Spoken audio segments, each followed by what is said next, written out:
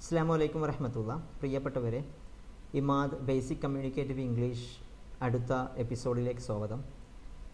കഴിഞ്ഞ ക്ലാസ്സുകളിലായിട്ട് English auxiliaries am, is, are, was, were, have, has എന്നീ പ്രധാനപ്പെട്ട ഓക്സിലറീസ്, അതിൻ്റെ വ്യത്യസ്തമായിട്ടുള്ള പോസിറ്റീവ്, നെഗറ്റീവ്, ക്വസ്റ്റ്യൻ, ഈ രൂപങ്ങളിൽ നമ്മൾ വിശാലമായി ചർച്ച ചെയ്തു.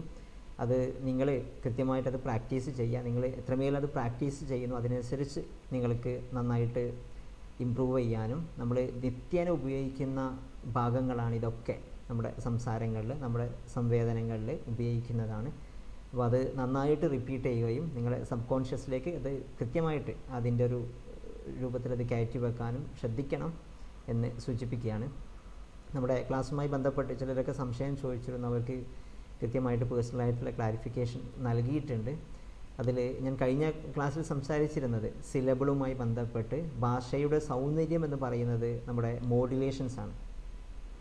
ഏതൊരു ഭാഷയുടെയും അതിൻ്റെ ഒരു പ്രത്യേകത അതിൻ്റെ മോഡുലേഷൻസ് ആണ്. മോഡുലേഷൻസ് എന്ന് പറഞ്ഞാൽ അതിൻ്റെ ആർട്ടിക്കുലേഷൻസ്, അതിൻ്റെ ഇൻറ്റോനേഷൻസ്, സ്ട്രെസ്സ്, പിച്ച്, അതിൻ്റെ അപ്സ് ആൻഡ് ഡൗൺസ്. ഇതാണ് നമ്മളൊരു പ്രത്യേകിച്ച് ഒരാൾ സംസാരിക്കുമ്പോൾ ഒരേ ടോണിൽ പോകുന്നതിന് പകരം അതിൻ്റെ അപ്സ് ആൻഡ് ഡൗൺസ്, ചിലയിടത്ത് നന്നായി സ്ട്രെസ്സും കൂട്ടുകയും കുറക്കുകയും, അതിൻ്റെ പ്രൈമറി സ്ട്രെസ്സ്, അതിൻ്റെ സെക്കൻഡറി സ്ട്രെസ്സ്, ഇതുമായി ബന്ധപ്പെട്ട് ഏതൊരു ഭാഷയുടെയും സൗന്ദര്യം അതാണ്.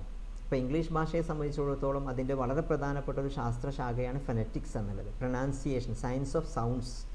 നമ്മൾ ഭാഷ എങ്ങനെ ഉച്ചരിക്കണം, ഓരോ ഭാഷയ്ക്കും അതിൻ്റേതായിട്ടുള്ള ഉച്ചാരണ രീതികളുണ്ട്. ഇപ്പം അറബി അതിൻ്റെ മഹ്റജുകൾ, എവിടുന്ന് ഓരോ അക്ഷരങ്ങൾ ഉച്ചരിക്കണം എന്ന് കൃത്യമായി പറയുന്നത് പോലെ ഇംഗ്ലീഷ് ഭാഷക്കും അതിൻ്റേതായിട്ടുള്ള ഉച്ചാരണങ്ങളുണ്ട്. നമ്മളത് കഴിഞ്ഞ ക്ലാസ്സുകളിൽ അതിൻ്റെ ബേസ് ആയിട്ടൊരു സാധനം പറഞ്ഞിരുന്നു. ഇൻഷാ അല്ലാഹ് നമ്മൾ ഇതിൻ്റെ ബേസിക് ക്ലാസ്സുകൾ കഴിഞ്ഞതിന് ശേഷം അതിൻ്റെ അഡ്വാൻസ്ഡ് ക്ലാസ്സുകളിൽ അത് നമ്മൾ ചർച്ച ചെയ്യും. അതിൻ്റെ ഫ്ലക്ച്വേഷൻസ്, പിച്ച്, അതിൻ്റെ മറ്റു ഇൻറ്റോണേഷൻ, സ്ട്രെസ്സ്, എവിടെ സ്ട്രെസ്സ് കൊടുക്കണം എന്നതൊക്കെ, അത് അതിൻ്റെ ഒരു സൗന്ദര്യം അതാണ്. ഇപ്പം ഏതൊരു സാധനത്തിന്, ഇപ്പോൾ ഒരു പാട്ടെടുക്കുകയാണെങ്കിലോ അല്ലെങ്കിൽ ഒരു സംഭാഷണം എടുക്കുമ്പോഴോ അതിൽ നിന്നുണ്ടാകുന്ന ഏറ്റ വ്യത്യാസങ്ങളാണ് അതിൻ്റെ ഒരു സൗന്ദര്യം. ഇപ്പം ഹംകോ ഹമീ സേ ചുറാലോ ദിൽ മേം ഹഹി തും ചുപ്പാലോ ഹം അക്കേലേ, അതിൻ്റെ ഒരു സൗന്ദര്യം അതിലുണ്ട്. നമ്മൾ ഹംകോ ഹമീ സേ ചുറാലോ, അത് ഭാഷയുടെ ഒരു സൗന്ദര്യം അങ്ങനെയാണ്. നമ്മൾ അത് പാട്ടായാലും പറച്ചിലായാലും അതിൻ്റെ കൃത്യമായിട്ടുള്ള സൗന്ദര്യം, ചിലയിടത്ത് അത് സ്ട്രെസ്സ് ചെയ്യുകയും ചിലയിടത്ത് സ്ട്രെസ്സ് കുറക്കുകയും ചെയ്യുക എന്നുള്ളതാണ്. അപ്പം ഞാൻ ബേസായിട്ട് സൂചിപ്പിച്ചതാണ്. നമ്മൾ വളരെ പ്രധാനപ്പെട്ട ലാംഗ്വേജിനെ അപ്രോച്ച് ചെയ്യുമ്പം ലാംഗ്വേജിൽ തിങ്കിങ് ഇൻ ഇംഗ്ലീഷിൽ നമ്മൾ ചിന്തിക്കണം. നമുക്കത് അല്പം പ്രയാസമായിരിക്കും. നമ്മുടെ ഡെയിലി റുട്ടീൻസുകൾ, നമ്മൾ രാവിലെ എണീറ്റാൽ നമ്മളിങ്ങനെ ഒരു ചിന്ത കൊടുക്കും. അത് മലയാളത്തിന് പകരം ഇംഗ്ലീഷിലേക്ക് നമ്മൾ ട്രാൻസാക്ട് ചെയ്യുക. അതിൻ്റെ കൃത്യമായിട്ടുള്ള ഒരു ഇൻസ്ട്രക്ഷണൽ മെത്തഡോളജി അത് ചെയ്യാൻ പറ്റും. നമ്മൾ അത് പ്രാക്ടീസ് ചെയ്യുക. വേണമെങ്കിൽ ഒരു 50 ദിവസം 60 ദിവസം നിങ്ങളൊരു ചാലഞ്ചാക്കി ഇതിനെ ഏറ്റെടുക്കുക. ഈ ഒരു ഭാഷ ഞാൻ പഠിക്കും, അതിനെ ഞാൻ എൻ്റെ കൈവശപ്പെടുത്തും എന്നുള്ളത്. അങ്ങനെ ഒരു കൃത്യമായിട്ടൊരു തിങ്കിങ് ഇംഗ്ലീഷ്, അതൊരു സ്കില്ലാണ്. ഇംഗ്ലീഷിലേക്ക് നിങ്ങൾ അതിൻ്റെ ഫ്ലുവൻസിയുടെ വളരെ പ്രധാനപ്പെട്ട ഒരു പാട്ട് കാരണം അതാണ്. നമ്മൾ ഫ്ലുവൻസി പറഞ്ഞാൽ പെട്ടെന്ന് സ്പീഡിൽ സംസാരിക്കുന്നതിന് അപ്പുറം അതിൻ്റെ ഇൻറ്റോണേഷൻസും അതിൻ്റെ ഒരു മോഡിൽ സംസാരിക്കുക എന്നുള്ളതാണ്. അതിൽ ഫോർ എക്സാമ്പിൾ നമ്മൾ ഒരു പിക്ചർ നമ്മുടെ കയ്യിലുണ്ടെങ്കിൽ അതൊന്ന് അതിൻ്റെ പ്രോസസ്സുകൾ ഒന്നൊന്ന് ഒബ്സേർവ് ചെയ്യുക, ഒന്ന് അനലൈസ് ചെയ്തിട്ട് നമ്മൾ അതിനെക്കുറിച്ച് ഇങ്ങനെ തിങ്ക് ചെയ്യുക, എന്നിട്ട് അത് ആർട്ടിക്കുലേറ്റ് ചെയ്യുക, കമ്മ്യൂണിക്കേറ്റ് ചെയ്യുക. അങ്ങനെ നമ്മൾ വീണ്ടും വീണ്ടും അതല്ലെങ്കിൽ എന്തെങ്കിലും ഒരു സ്പീച്ച് നമ്മൾ കേട്ടാൽ അത് നമ്മൾ സംസാരിക്കുന്ന ചില മോഡുകൾ നമ്മൾ അപ്രോച്ച് ചെയ്യുക. ഭാഷയിൽ വളരെ പ്രധാനപ്പെട്ട ഒന്നാണ് തിങ്കിങ് ഇൻ ഇംഗ്ലീഷ് എന്നുള്ളത്. നമ്മൾ ഫസ്റ്റൊക്കെ അത് പ്രയാസമായിരിക്കും.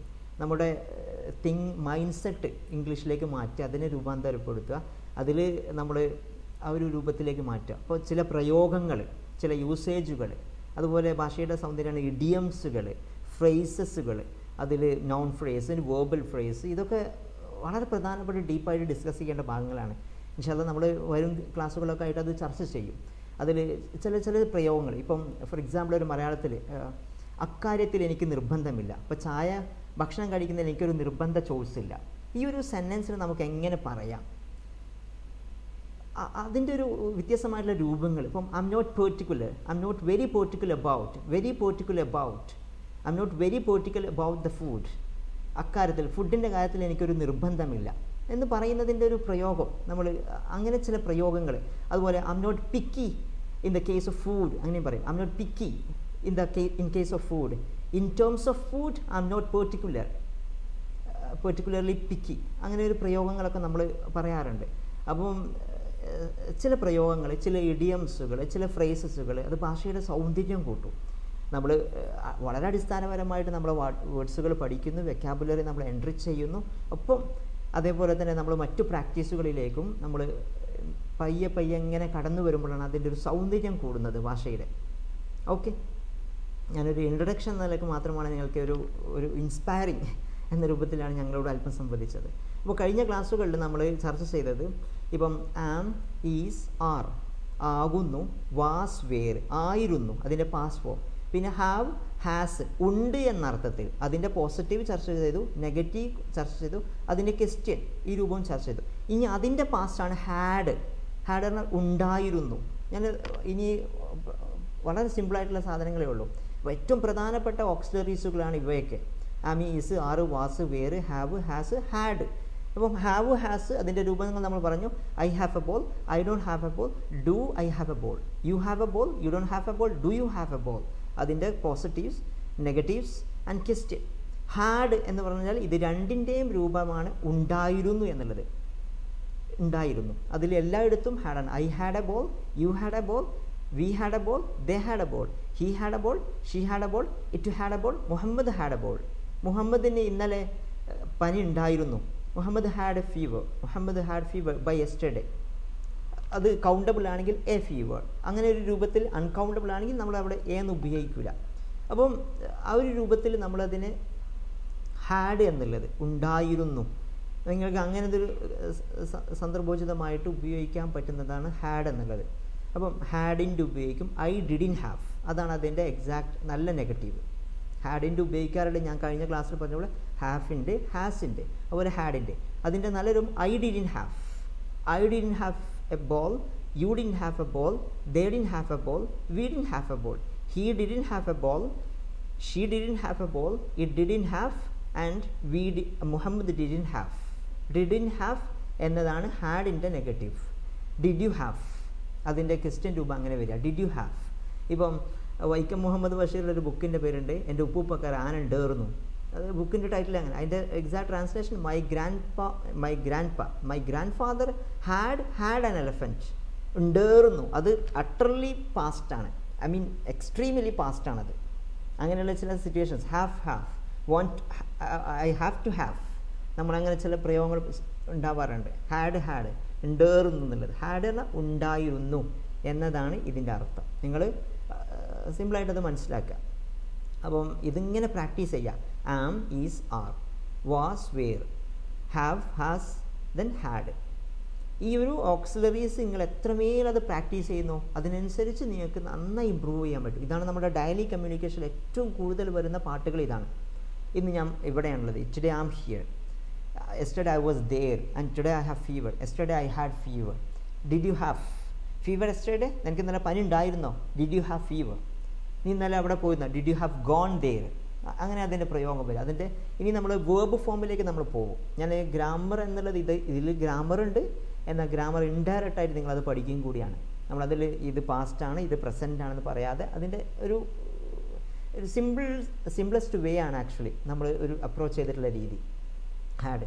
പിന്നെ പ്രധാനപ്പെട്ട ഉപയോഗിക്കുന്ന ഓക്സിലറികൾ എന്നുള്ളത് ഇപ്പം am, is, are, was, were, have, has, had, will, shall. അത് നമുക്കറിയാം ഫ്യൂച്ചറിൽ ഉപയോഗിക്കുന്നതാണ്, നമ്മൾ വരാനിരിക്കുന്നതാണ്. Will, I will go, I will come. അത് വില്ലും ഷാളും തമ്മിലുള്ള ഡിഫറൻസ് ആണ്. വില്ലും ഷാളും ഒരേ അപ്രോച്ചിൽ ഉപയോഗിക്കുന്ന, എന്നാൽ ഷോൾ എന്ന് പറയുമ്പോൾ തീർച്ചയായും എന്നൊരർത്ഥം വരും. ഷോൾ നമ്മൾ ഫുട്ബോളൊക്കെ പഠിക്കുമ്പോൾ ഐ ഷോൾ എന്ന് പറയാറുണ്ട്. അപ്പോൾ വിൽ, ഐ വിൽ ഗോ. പിന്നെ will, shall, can, could. Can പറഞ്ഞാൽ കഴിയും എന്നുള്ളതാണ്. I can come, I cannot come, can you come, can't you come. അതും അതേപോലെ സാധിക്കും, എനിക്ക് ഇംഗ്ലീഷ് സംസാരിക്കാൻ കഴിയും. I can speak English, I can't speak English, can you speak English, can't they speak English. അപ്പോൾ ഇതും ഇതേ രൂപത്തിൽ. ഇപ്പോൾ ഓക്സിലറി രൂപം എന്ന് പറയുമ്പോഴും അതിൻ്റെ പോസിറ്റീവിൽ അത് ഉപയോഗിക്കുക, നെഗറ്റീവിൽ നോട്ട് ചേർക്കുക, പിന്നെ അത് കൊണ്ടുവരിക. അതേ ഒരു അപ്രോച്ചിലാണ്. ക്യാൻ, കുഡ്, അതുപോലെ മേ ആവാം എന്നുള്ള അർത്ഥമാണ് മേ. അതുപോലെ പെർമിഷനൊക്കെ എടുക്കുന്ന സമയത്ത് മേ ഐ ഗോ, മേ അതിൻ്റെ might negative, I mean past ഫോമാണ് നെഗറ്റീവ്. ക്യാനിൻ്റെ പാസ്റ്റ് ഫോമാണ് കുഡ്.